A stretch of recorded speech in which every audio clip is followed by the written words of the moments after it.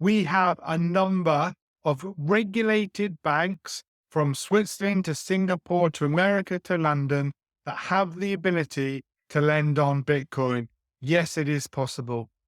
We will look at the most commonly asked questions that will help you understand the process about how you can use and borrow against Bitcoin.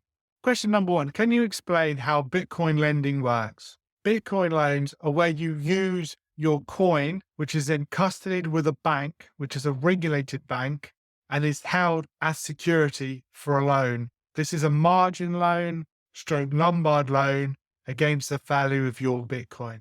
The lender will hold your Bitcoin as security. You will receive cash or proceeds from your Bitcoin. You will pay interest during the loan period. And once the loan is repaid, the agreement ends.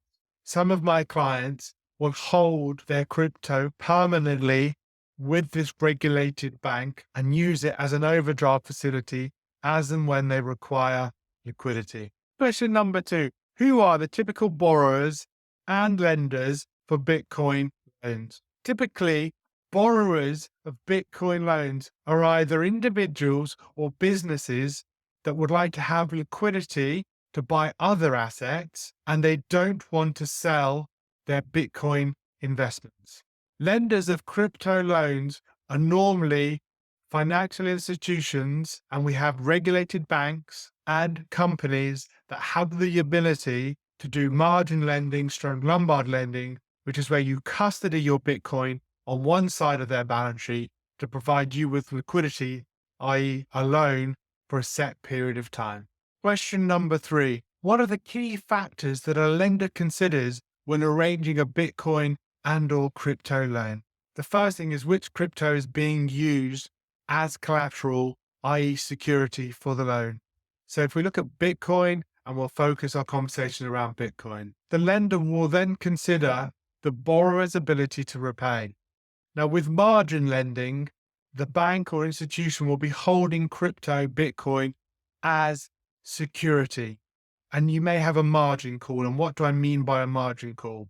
Well, let's say, for argument's sake, you have 100,000 of Bitcoin, you borrow 40,000 pounds. You're not borrowing more than 40% of the value of your Bitcoin. The coin or the value of the coin would have to drop from 100 down to 40, and there will be margin call parameters around that level for where you need to either provide more security, which is either Bitcoin or crypto assets, or you will need to sell some of the loan, or as there is extreme volatility with crypto assets, you may and you need to be prepared to risk losing that position if it drops dramatically.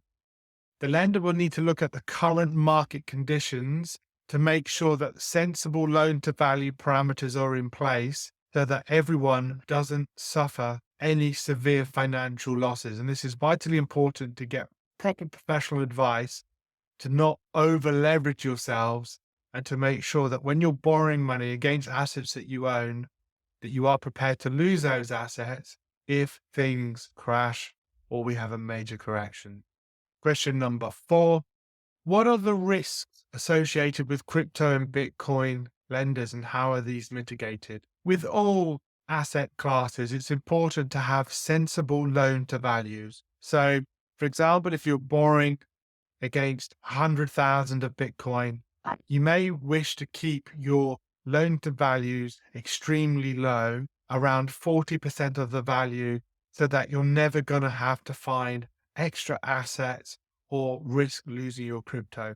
It's vitally important to get professional advice and not over leverage your position. Banks will mitigate these risks by having margin calls and loan to value levels where they will then make contact with you to advise you, hey, crypto's fallen, Bitcoin's fallen. Are you okay? Do you want to close your position? Do you want to sell? Do you want to reduce the loan, etc.? Because it's vitally important to have a clear plan and strategy when leveraging very, very volatile underlying assets. The cryptocurrency market is extremely volatile. The value of your underlying security can fluctuate significantly. Liquidity can be a challenge in some crypto assets. Lenders will mitigate volatility by having sensible loan to values, margin calls, regular communication with you to make sure that you're happy and comfortable with your borrowing position. Sometimes clients will provide additional security to maintain positions. It's always good to have a plan A, plan B, and also a plan C. You never know what's going to happen, and it's always a sensible idea to fully understand the risks and advantages in any leverage position. Question number 5. Recently, we've had a number of customers ask us how can they leverage their Bitcoin to buy a property. So basically, in these scenarios, we would look at client overall income, assets, and liabilities. So we start with the Bitcoin. We look at what is needed, what is the value, how much deposit do we need to buy a house. So what we can do with certain high net worth individuals is you raise a deposit using your Bitcoin. Let's say you have 3 million of Bitcoin. You want to raise 1 million to purchase a property. What happens is you look at your overall income, assets, and liabilities. You would custody the value of your Bitcoin with the bank, who would then arrange a loan against your Bitcoin to release cash to give you the deposit for the property.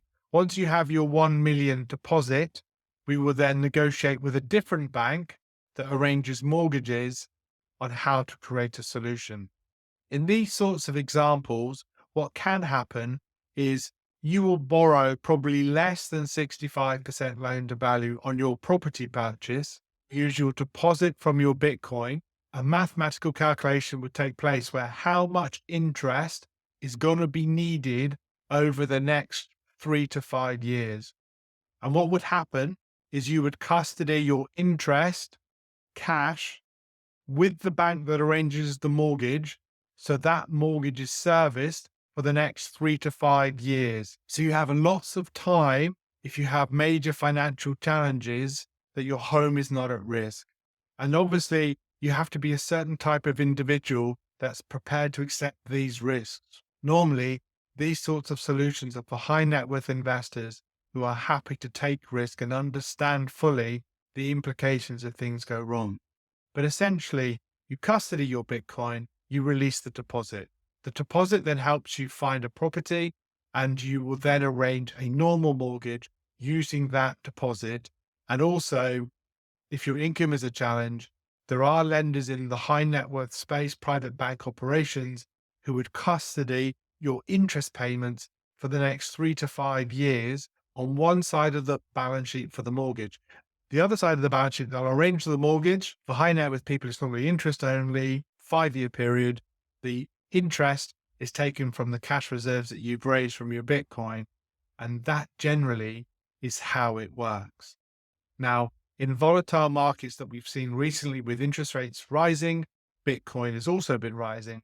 But obviously there are times when Bitcoin falls and there may be margin calls. So it's really important, if you're raising money to buy a house with Bitcoin, you make sure you have enough liquidity in your life and your world to meet any margin calls. By setting up the mortgage for 3 to 5 years, you know your home is secure for the next 3 to 5 years. Markets will go up and down, and it's those margin calls that have to be managed. Now, if you were to lose your crypto or Bitcoin by a margin call, you do know that your home and your mortgage is secure for the next 3 to 5 years to find other solutions if you need them. Question number 6. What are the advantages and disadvantages of using Bitcoin to finance a house purchase? The advantages are there is no need to sell your Bitcoin or crypto assets. You can access liquidity to enable you to buy other assets. The major disadvantages with Bitcoin and crypto lending is volatility. There is significant risk with volatile assets when borrowing against them that you may lose your collateral. Vitally important to have a clear plan and structure in place to mitigate these risks. And it's always vitally important to work with a professional advisor to make sure you explore and cover these risks. Question number 7. What is the regulatory and legal structuring around crypto lending? The regulatory landscape is constantly evolving in this modern world. In some jurisdictions like Switzerland, there are regulated banks that offer crypto lending, and they normally appeal to high net worth investors and individuals who completely understand all risks associated with leveraging Bitcoin. Some jurisdictions have regulations in place and some don't. I would always recommend trying to work with a regulated entity that is licensed in a good legal framework for this type of activity. It is important to use a good lawyer to look through the contracts to fully understand the loan agreement and the margin calls should these things happen. We have some good banks who are positioning themselves well in the constantly evolving world of crypto, Bitcoin, lending and managing, plus investing in this space.